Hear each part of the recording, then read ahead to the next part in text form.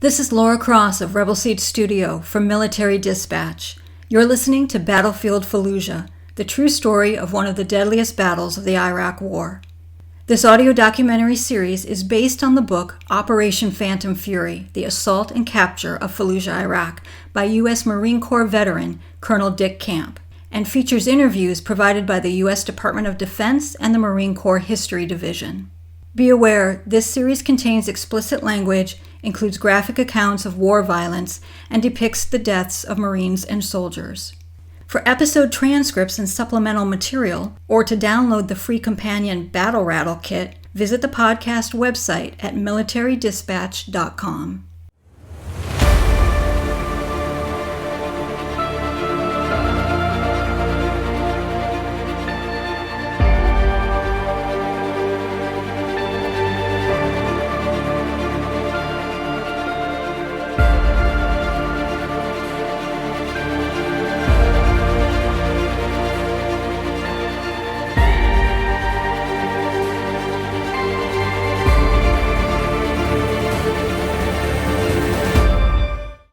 Battlefield Fallujah, Episode 4, Plan of Attack.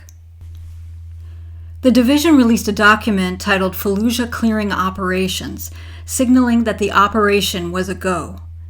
It stated, 1st MEF and Iraqi security forces will conduct clearing operations in the vicinity of Fallujah proper in order to defeat extremist forces when ordered. The document characterized the city as a safe haven for foreign fighters, terrorists, and insurgents. It outlined the steps necessary to prepare the city for the attack, or, in Marine parlance, to shape the battlefield to support the scheme of maneuver of the ground forces. Planners developed a target list that included safe houses, meeting places, caches, heavy equipment, insurgent patrols, crew-served weapons, indirect fire weapons, fortifications, both surface and underground, and communications locations. The initial division's scheme of maneuver was planned as follows. D-1, set for November 6th, Blackjack Brigade establishes a 270-degree cordon around the city. 1st Battalion, the Black Watch, assumes responsibility for patrolling the MSR from Fallujah to Baghdad. RCT-1 and RCT-7 complete movement to Camp Fallujah assembly areas. D-Day, scheduled for November 7th. Task Force 3rd LAR, comprised of Headquarters and Charlie Company 3rd Light Armored Reconnaissance Battalion, Bravo Company 1st Battalion, 23rd Marines, and the Iraqi 36th Commando Battalion secured the peninsula and seized the Iraqi hospital and the Iraqi National Guard compound. RCT-1 and RCT-7 moved from assembly areas to covered attack positions north of the railroad station and rail lines on the northern outskirts of the city. RCT-1 seizes the apartment complex and the train station. The apartment complex was the responsibility of 3rd Battalion, 5th Marines, while the train station was tasked to 3rd Battalion, 1st Marines. And D+1, scheduled for November 8th, RCT-1 and RCT-7 launched penetration attacks to defeat enemy insurgents. RCT-1, main effort, attacks in zone, the western portion of the city, to seize Division Objective 1, the Jolan District. RCT-7, the supporting effort, attacks in zone, the eastern portion of the city, to seize Division Objective 2, the Government Center. Teams of Navy Seabees and 4th Civil Affairs Group shut down Fallujah's power. Inside the city, insurgents had been preparing for the battle for months. Captain Jeff McCormick, 3rd Battalion, 1st Marines, Intel Officer.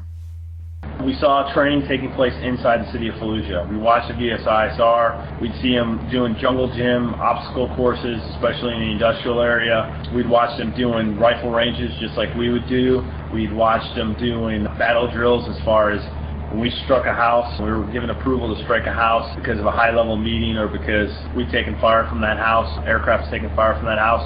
We'd watch them reinforce the house quickly, get the wounded out of the area, and be in and out of the area relatively quickly. So they had a lot of time to train inside the city for those 6 months between April and when we struck the city in November. Lieutenant Colonel Willard Buell, 3-1's commanding officer. We've had a sanctuary right next to us, the city of Fallujah. The second and third order effects of Fallujah's presence over the past 7 months, since April, I don't think we could overstate what that city has done, the presence of that city as a sanctuary for terrorists, criminal groups, Muslim extremists, indigenous members of various resistance groups, etc. What impact that has had on us, both from a psychological standpoint, the Jihad Center, to the ability of the enemy to safely plan, rest, refit, equip, arm, construct IEDs, construct vehicle IEDs, to shoot rockets at us with relative impunity from the city, mortars also, but rockets principally, and its immediate surrounds. The ability for the leadership there to pull on historic ties and bring the tribe leaders and hold them accountable, to coerce them, to intimidate them. The effects of the 2 ING battalion commanders that were abducted, one murdered, and all the associated loss of equipment, prestige to the new government, to the multinational forces. The presence of that sanctuary has done more to impede the progress we're trying to make here than anything else. Through intelligence gathering, the regiment was able to pinpoint high-value locations and determine how and where the enemy planned to fight. In the northwest corner of the city, much of the insurgency centered in the Jolan district. RCT-7 Intel Officer Major Lawrence Hussey. I think because of the large amount of special forces, other national intel agencies, and DoD agencies that were operating around Fallujah, I would say a very large portion of what we had gotten was accurate about how they were going to fight, where they were going to fight, where the leadership was. RCT-1 and the division and the MEF had been able to track and follow where those command and control nodes were, who those individuals were in their inner circle, where they were operating and how they were operating and communicating. We thought that we had an idea of what the enemy was going to do based on watching, listening, and hearing what they were doing and seeing what they were doing inside the city.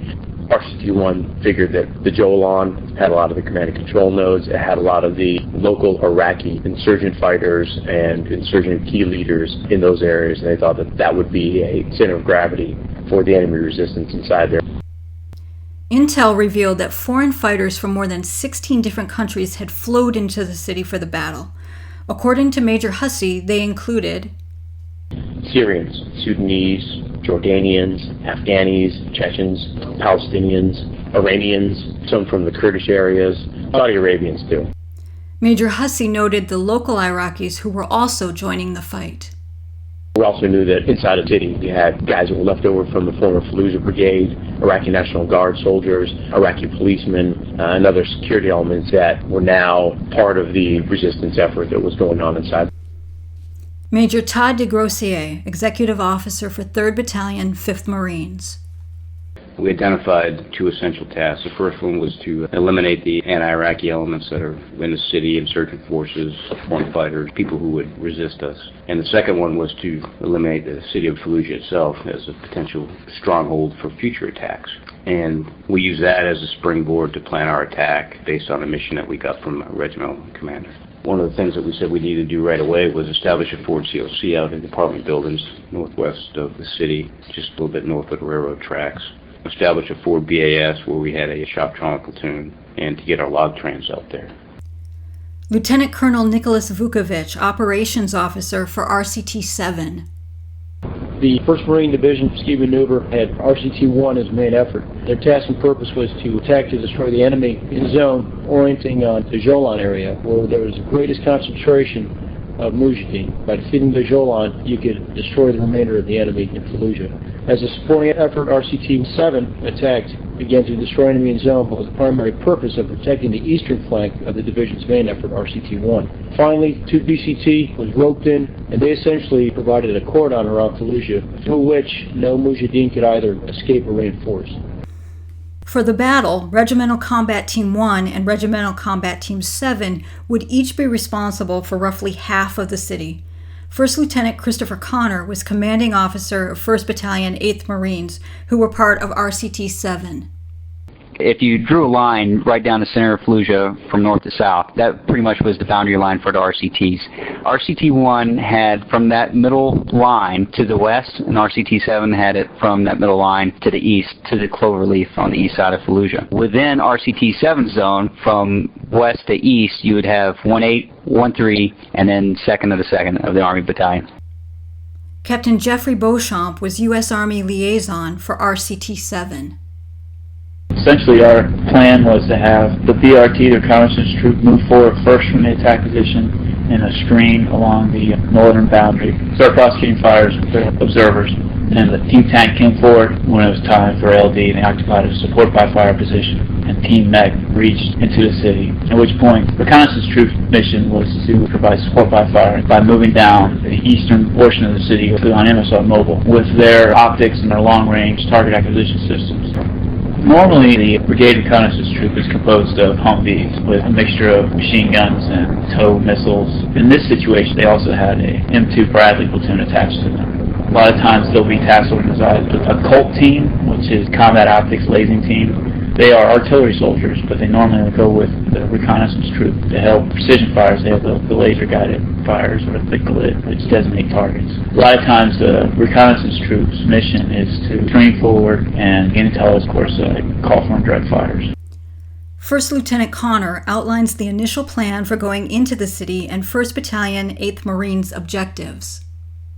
Word came down that D-Day would be the 7th of November. Starting on the 7th of November were the prepping fires stage. As you may guess, like Iwo Jima had prep fires for like 2 weeks before Marines actually assaulted the beach. We had our prep fires for 1 day. And even those prep fires, according to ROE, had to be met by hostile intent or hostile act. So we had Dragon Eye aircraft, UAVs, flying above the city, and then whatever they spotted, they could call in fire coordinates on. At the same time, we had Force Recon element punched out forward close to the city, which was observing the city, and any time that they saw something, they could call for fires on it. The fires included everything from 155 artillery to close air support bombs. So D-Day was set for the 7th of November, which meant that on D+1, the infantry would actually start moving in to Fallujah. We were given a LOD time of 1900 that evening. The overall scheme of maneuver was that Weapons Company, supported by 2 platoons, their mobile assault platoons, would push down, escorted by a platoon of tanks, and set up a support by fire position to enable engineers to conduct a breach from the north end of the city over the railroad track so as to allow the infantry in. Once that breach was completed, the tanks and the mobile assault platoon set up their support by fire position, protected the engineers, and the first company of 1-8 rolled through, and that company was Bravo Company. Their initial task was to gain a foothold within the city, and according to the phase lines that we have for this operational purpose, Ethan was the main phase line that we were attacking down as a battalion, and Bravo Company was to gain a foothold on the west side of Ethan and hold it. At that point, once Bravo Company was deployed, gained their foothold, Amtracs came back, picked up the whole of Charlie Company, and we pushed down to the breach. Once we got to the breach, our first initial objective was to seize a foothold on the east side of Ethan. That together, the west side and the east side of Ethan, was battalion objective Foxtrot F.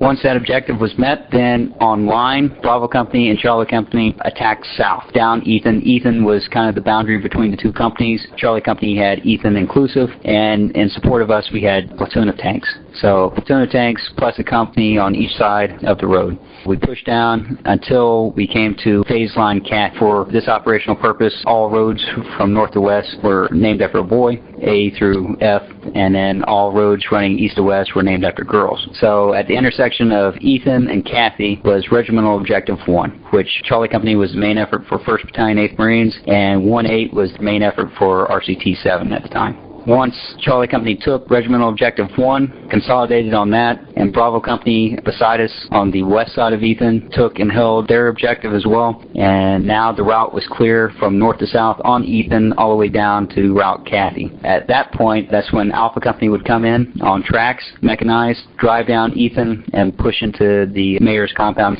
Once that was accomplished, and they took that, then Bravo and Charlie Company were tasked to push further south until they met up on Fran, and now we had a loose foothold altogether on Fran, stretching the entire battalion's boundaries. The air scheme of maneuver. Early in the planning process, 1st MEF decided that 60% of its aviation assets would be dedicated to support the operation. The MEF aircraft were to be augmented by Purple Air, Air Force and Navy planes. This allocation meant that there would be continuous fixed-wing aircraft overhead day and night, which cut the response time down to minutes. Major Andrew Hesterman, RCT-7's air officer. We definitely had air overhead 24/7 since we started.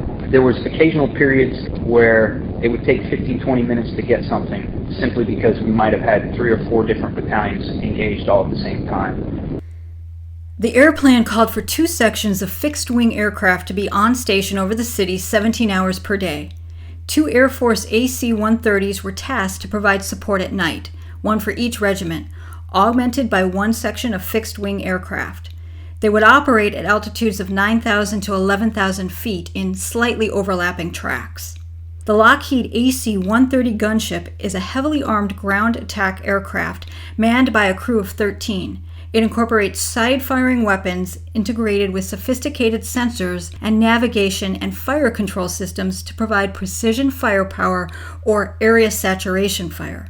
Its armament consists of 7.62 mm miniguns, 20 mm Vulcan cannons, and a 105 mm howitzer, which can fire 6 to 10 15-pound shells a minute.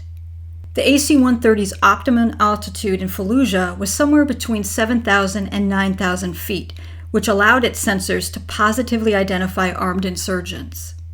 Call sign Basher, the gunship attained almost legendary status among the soldiers and Marines in the city.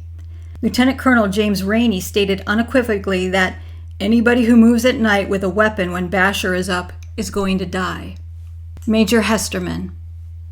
The beauty of the AC-130, it's almost a compromise between a rotary wing and a fixed wing. The long on-station time, the multiple ordnance that he can deliver from a 105 down to 762, and his dedicated crewmen that are just looking at your target area to pick you out from the other guys while you're talking to him on the radio. He's looking with low-light TV. It makes it a great asset for the kinds of fighting the Marine Corps does. Aircraft loads were specified in the Aviation Support Plan. AH-1W Super Cobra carried 4 Hellfire anti-tank missiles, 2 TOW anti-tank missiles, rocket pod, and 300 to 400 rounds of 20 mm ammunition. FA-18 Hornet carried 1 GBU-38 500-pound JDAM bomb, 2 GBU-12 500-pound laser-guided bombs, or 1 GBU-12 and 1 laser-guided Maverick missile. AV-8B Harrier carried 1 GBU-12 or 1 Maverick. All U.S. Marine Corps aircraft were configured with a Lightning targeting pod, high-resolution forward-looking infrared sensor known as a FLIR, that displays an infrared image of the target. 2 AH-64 Apache helicopters provided direct support role to the Blackjack Brigade. The pilots used a single-gridded reference graphic, which was basically a high-quality overhead photo of the city. In addition to maps, aerial photographs, and graphics, the Cobra Squadron, HMLA 169, constructed a sand table of the city. Hesterman indicated there were over 20 forward air controllers and Air Force JTAC, Joint Tactical Air Controller, teams on the ground in Fallujah. 1 team per square kilometer, vying for aircraft to support their units. In situations where the request outstripped aircraft availability, troops in contact trumped all other calls for support. Major Hesterman. Regimental air officers did very well coordinating with each other. Hey, I have troops in contact. I need another section of aircraft to help my boys out. I'd be the first one to give one up if it wasn't from another troops in contact situation. Major O'Rourke, the RCT-1 air officer, he and I had a good rapport going that we were flipping aircraft back and forth. We were switching aircraft back and forth maybe 3 or 4 times in one on-station time, which is about an hour and a half, to support who was in the most severe contact at the time. Fallujah presented a special problem for the air planners because of the city's relatively small size, 5 square kilometers, and the large number of assault battalions. Hesterman credited the division air officer, Lieutenant Colonel Gary Kling, with devising a workable air plan for integrating all the division fires, close air support, known as CAS, artillery, and mortars to support the division's attack. The plan was called the Keyhole CAS.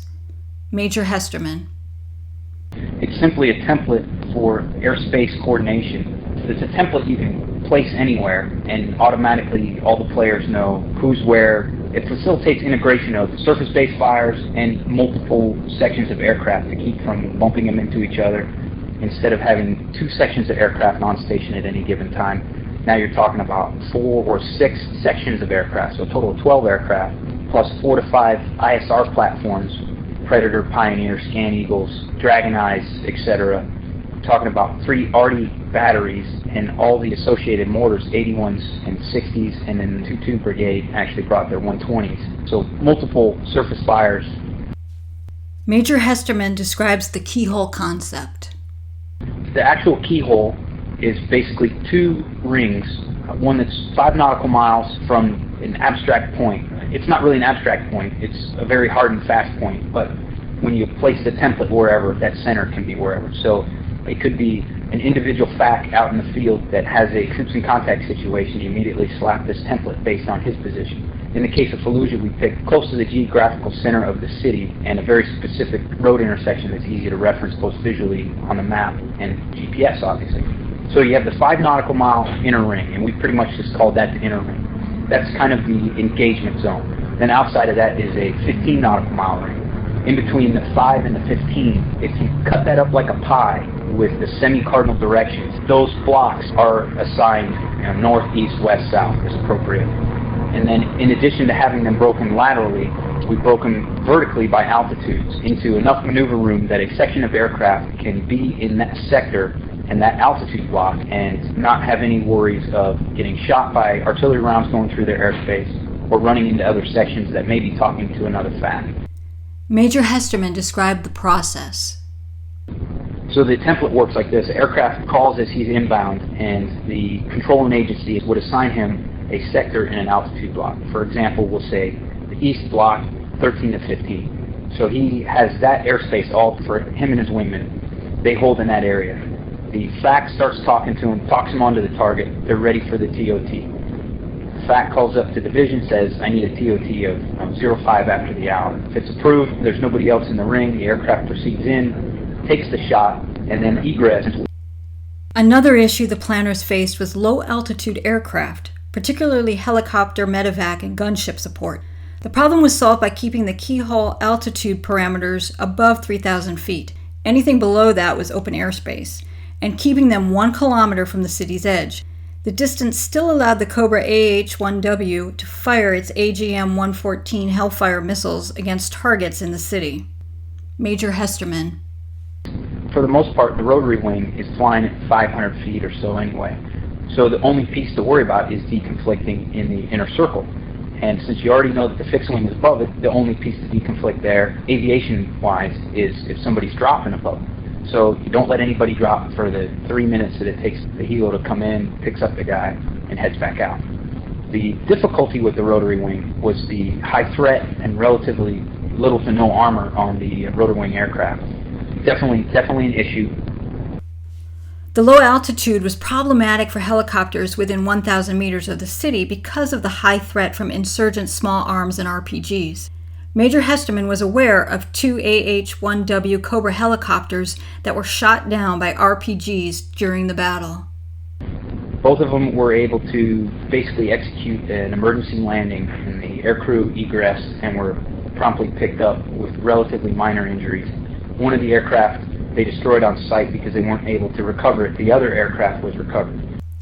Preparing the troops. The focus of the units was getting the men ready to carry out the mission. General James Mattis.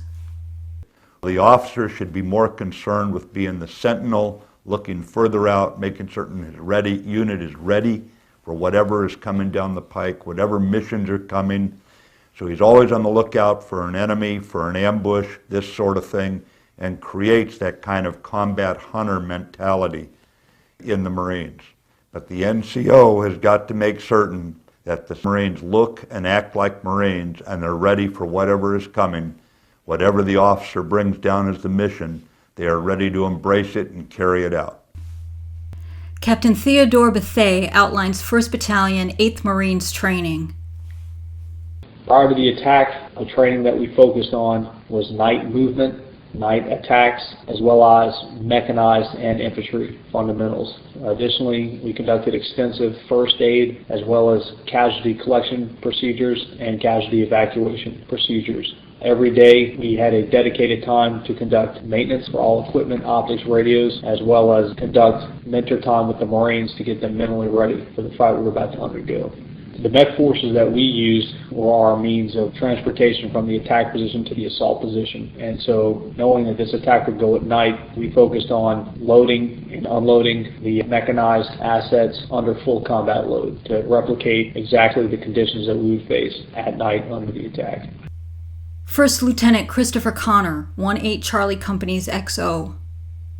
We had to work with assets we had never worked with before, i.e. tanks and Amtraks. So we spent the majority of our days over the course of our time at the ITC at Camp Fallujah practicing working with those tanks, practicing working with those Amtraks, and getting down squad movements, clearing rooms, clearing houses, and typical mount type training. Lance Corporal Justin Boswood was with 3-1 Kilo Company. We got the word that we were going to take Fallujah, which we all pretty much knew once we got there that we were going to take Fallujah. We replaced 1-5, and 1-5 had been there in April and got pulled out because of political reasons or whatever. That's all the talk was about at the time was Fallujah. It's a hotbed. It's a terrorist strong point. And we spent 5 months in Shahabi patrolling and setting up OPs, just watching them light up Fallujah at night with strategic bombing and target houses, and hearing about special forces going in and doing raids and snagging up high-value targets. The buildup was huge. It was pretty much the whole time we were there, we were just working towards Fallujah. We knew we were going, we just didn't know when. And when they finally told us that we were going, it was just awesome. We hadn't done anything in Shahabi except for indirect fire and IEDs. Fired our weapons maybe 3-4 times at a couple people and shot up some cars. It was nothing like what we were all expecting. So when they told us we were going to take Fallujah, it was just everybody gung-ho right off the bat. Everybody young, pretty much first time for everybody being over. Everybody's really excited. We all pulled back to the battalion turn base. Had maybe a week and a half, 2 weeks to prep for Fallujah. And we used pretty much every ounce of time that we had before we went, just covering classes on weapon systems and call for fire, medevac procedures. First aid classes was a big thing. We had one corpsman for each squad. It's turned out not to be enough sometimes. I had about one squad medic for each squad, so we were trying to train up everybody we could before we went in. We did a couple live fire range assaults. We had a nice little complex right outside our wire that we could go over and live fire in on about 5-6 houses and practice some hard hits and entries with frags and stuff that none of us had ever had a chance to do. It was really good training right before we went in and got everybody good and pumped up. Rules of engagement.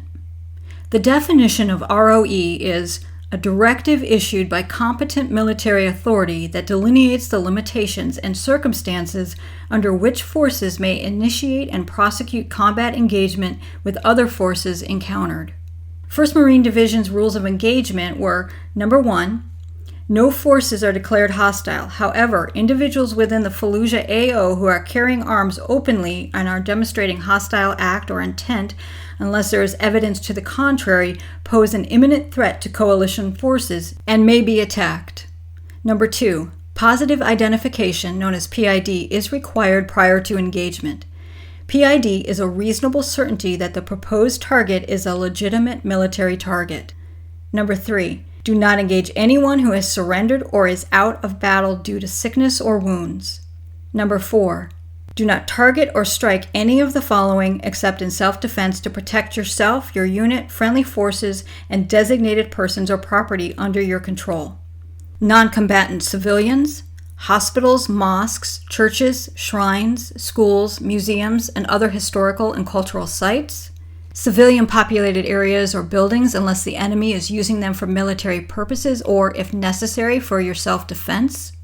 Iraq infrastructure, public works, commercial communication facilities, lines of communications, which include roads, highways, tunnels, bridges, railways, and economic objects, commercial storage facilities, and pipelines, unless necessary for self-defense or if ordered by your commander. If you must fire on these objects to engage a hostile force, disable and disrupt, but avoid destruction if possible. Number 5.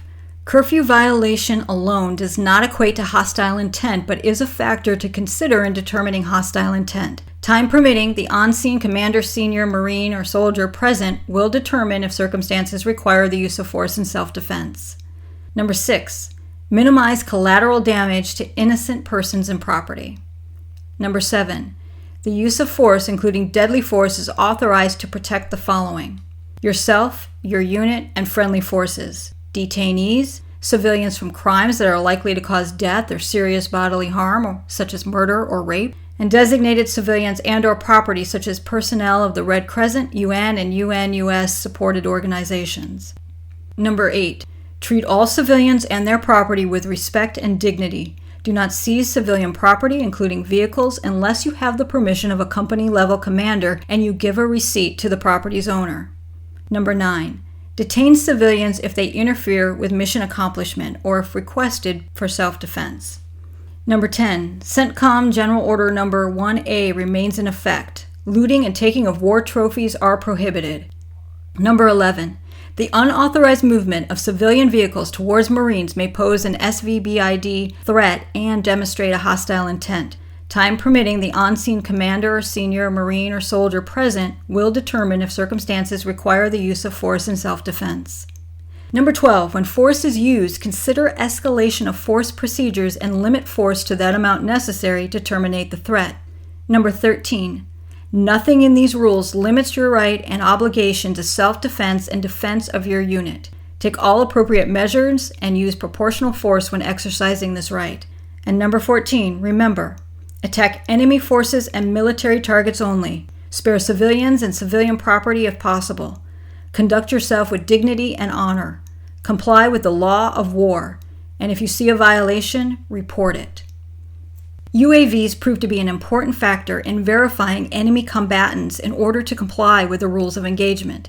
However, even with a visual sighting, it was often difficult to obtain approval to hit the target. Colonel Mike Shupp.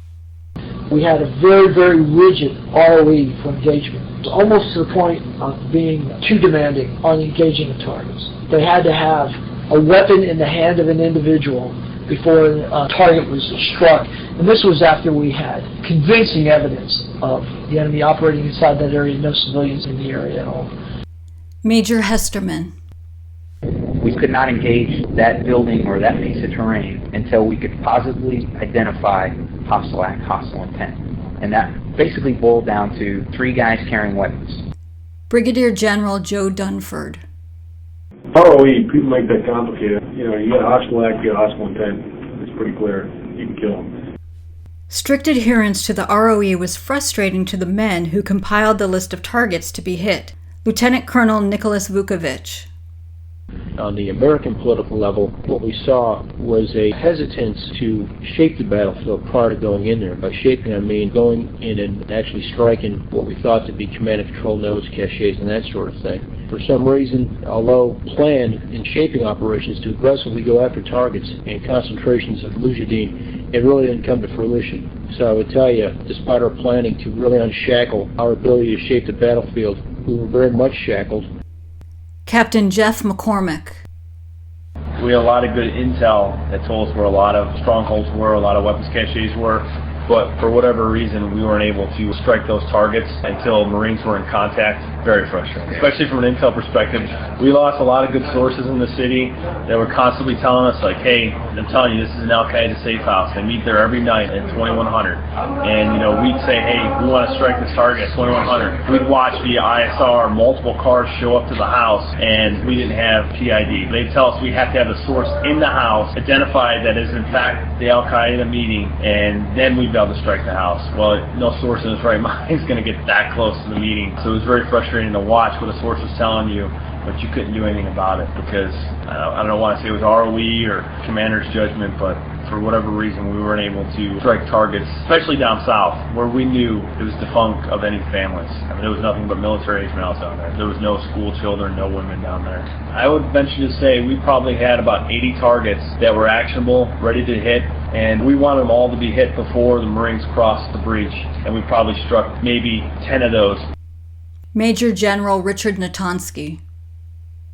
My biggest disappointment was because of collateral damage and positive ID limitations, we could not hit as many targets as we wanted. I believe for the enhanced shaping day, which was actually D-Day on the 7th of November, we had over 60 pre-planned targets.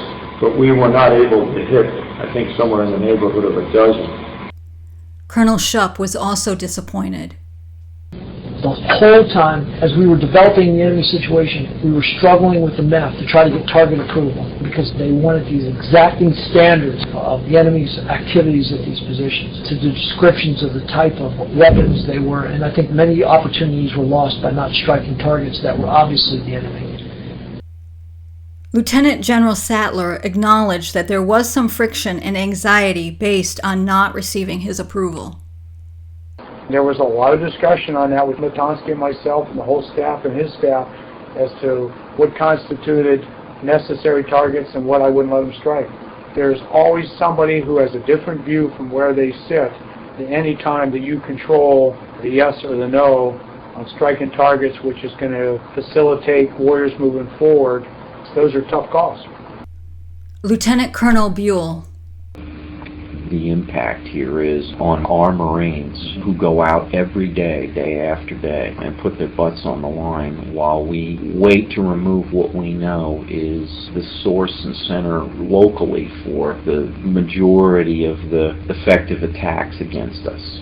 The political realm is so far up there, getting permission to target insurgents, as I understand it, goes all the way to the Secretary of Defense. These are the challenges of counterinsurgency operations. As 1st MEF commander, Lieutenant General Sattler cleared all the targets. According to Sattler, there were some highly sensitive targets that even he could not approve.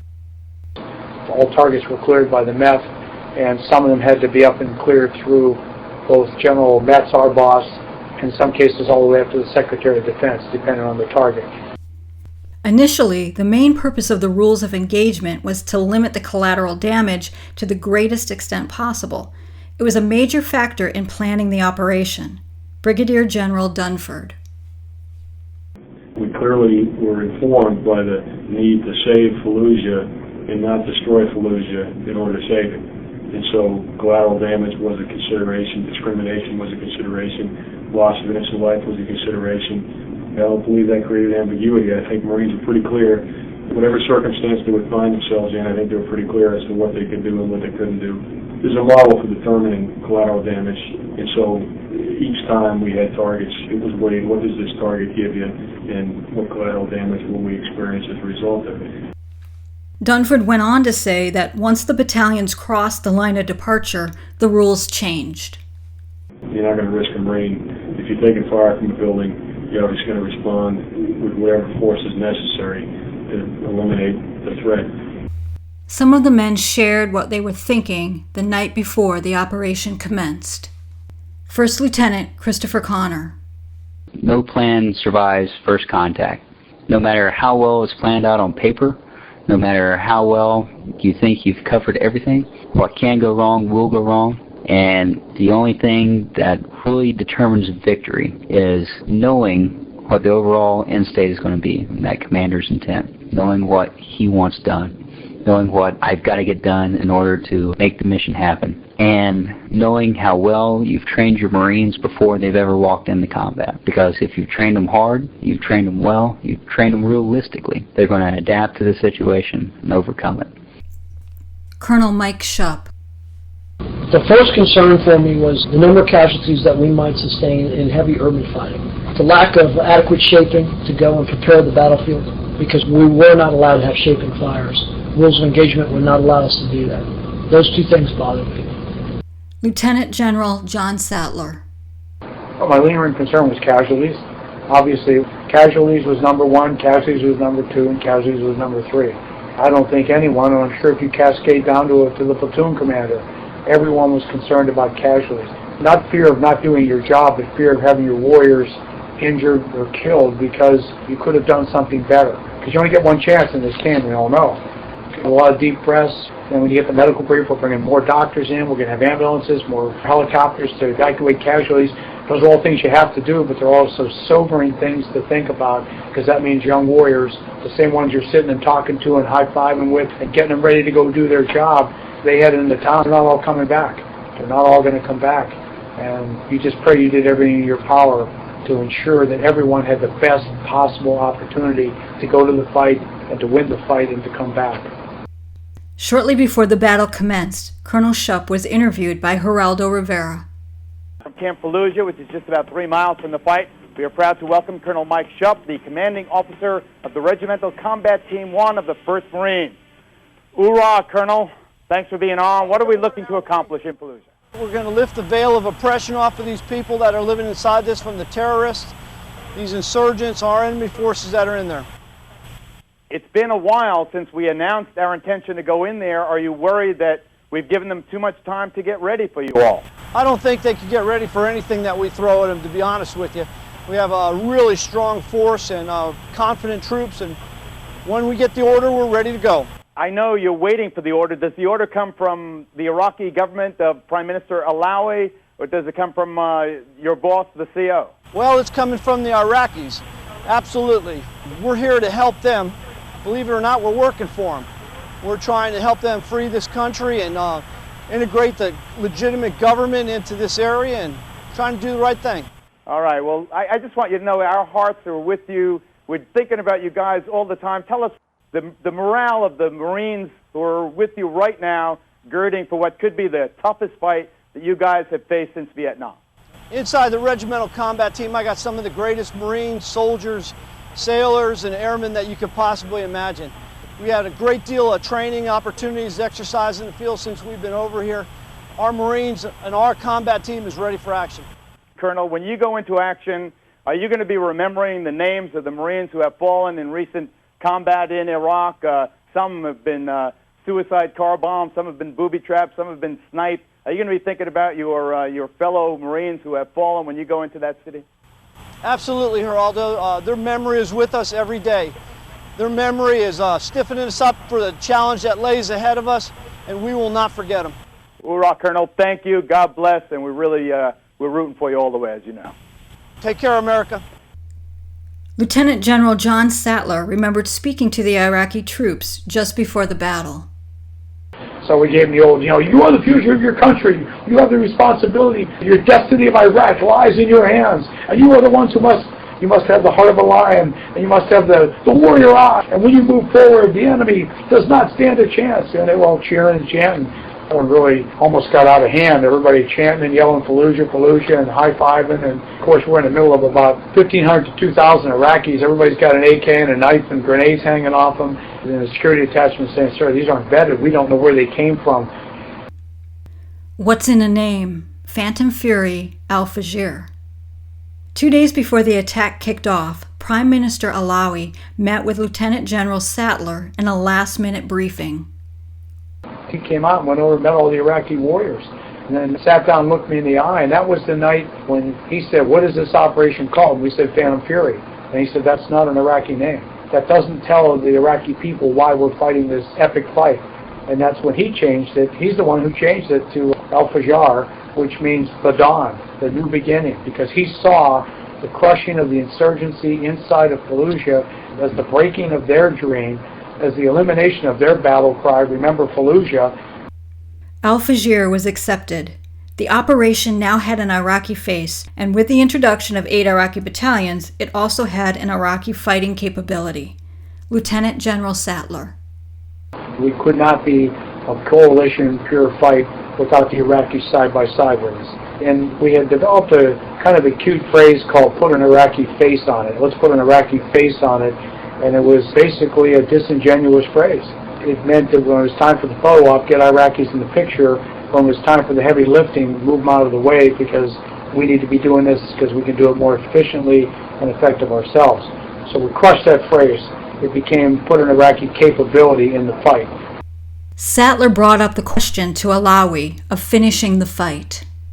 I looked him right in the eye and said, Mr. Prime Minister, don't tell us to go and expect us to stop. I actually said, just tear your phone out of the wall. Don't think about calling us and telling us to stop, because once we get going, we have to go all the way. Well, we're not going to stop till we hit the southern end of the town. And he said, I understand. When I tell you to go, we will accomplish the mission. We will complete the mission. On the morning of November 7th, Alawi declared that a 60-day state of emergency existed across Iraq, except the Kurdish-controlled north, and stated, the situation in Fallujah could not be solved by peaceful means, and approval is given for an attack on the city.